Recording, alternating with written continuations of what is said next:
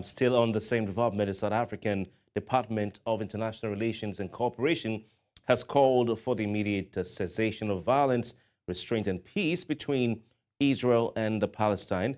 South Africa expresses its grave concern over the recent devastating escalation in the Israeli-Palestinian conflict. The new conflagration has arisen from the continued legal occupation of the Palestinian land, continued settlement expansion, desecration of the Al-Aqsa Mosque and Christian holy sites, and the ongoing oppression of the Palestinian people. South Africa therefore calls on all sides to seize the opportunity for peace as opposed to violence, and for the international community to actively rise to the side of its own international resolutions that establish a credible peace process. According to a statement released by the DIRCO, South Africa stands ready to share its experience in mediation and conflict resolution as it has done on the continent and around the world. Meanwhile, a solidarity protest for the Palestinian people is ongoing in Dublin, Ireland. Well, we're joined now by Muhammed Desai. He is the Director of Africa for Palestine. He joins us from Dublin, Ireland to tell us more about this. Thank you very much for your time. We understand that there is a solidarity protest going on right now in Dublin, Ireland over the Palestinian-Israeli conflict or war, as it's been called. Please tell us, what's the situation on the ground and what are the protesters there saying? It's absolutely incredible to see the way in which the peoples of the world are coming out in support of the Palestinian people. We are truly connected as human beings, and I think that the Palestinian people should be sent a very clear message that the majority of peace and justice-loving peoples of the world are with them. Today, we are here joined by comrades and activists and members of the public, of the Irish public, who have come out to support the Palestinian cause.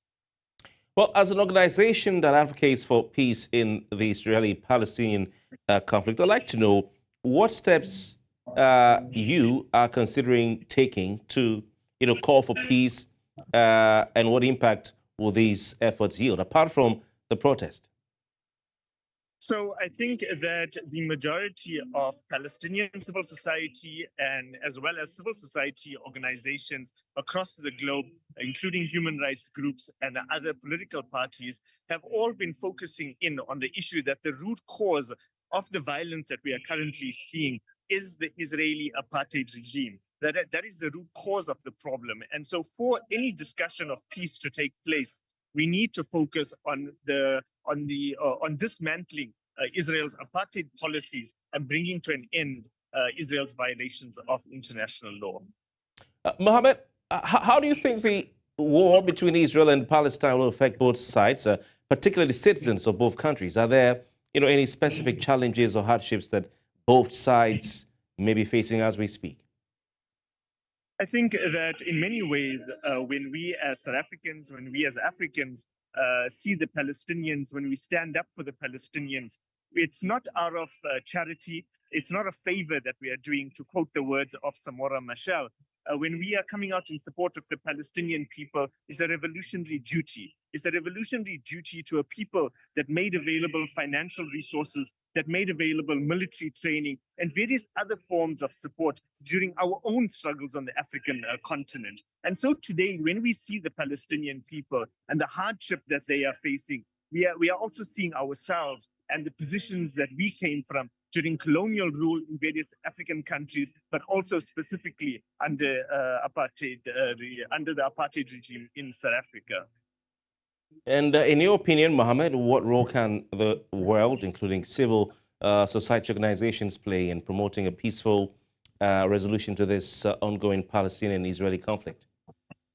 So I think that a very encouraging move, for example, that just took place a week ago was the Anglican Church of Southern Africa that adopted a boycott of Israel resolution, or rather a resolution calling and terming Israel an apartheid state. We are seeing increasing organizations, governmental bodies, as well as governments of the world that are now finding the courage to call Israel what it is, and that is an apartheid regime.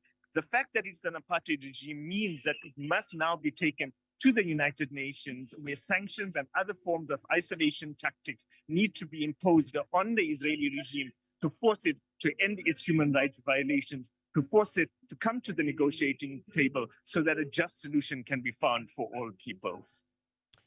Talking about South Africa, Muhammad, how have diplomatic relations between South Africa and Israel been influenced by the conflict? And has South Africa imposed any, specific measures or sanctions as part of its stance for peace? So we are very proud as South Africa that we currently, as we speak here today, do not have an ambassador in Tel Aviv. We have not had an ambassador for over 5 years now. And this is as a result of the governing party of South Africa, the African National Congress, that took a resolution to downgrade our embassy in Tel Aviv. We as civil society, however, do feel that further action needs to be taken by the South African government, because Israel is just not ending its violation and oppression of the Palestinian people. And so South Africa has taken firm positions at a diplomatic level, as well as various other international bodies. But this action, we as civil society are insisting our government needs to increase. All right, Muhammad, thank you very much for your time. Muhammed Desai, Director of Africa for Palestine Organization.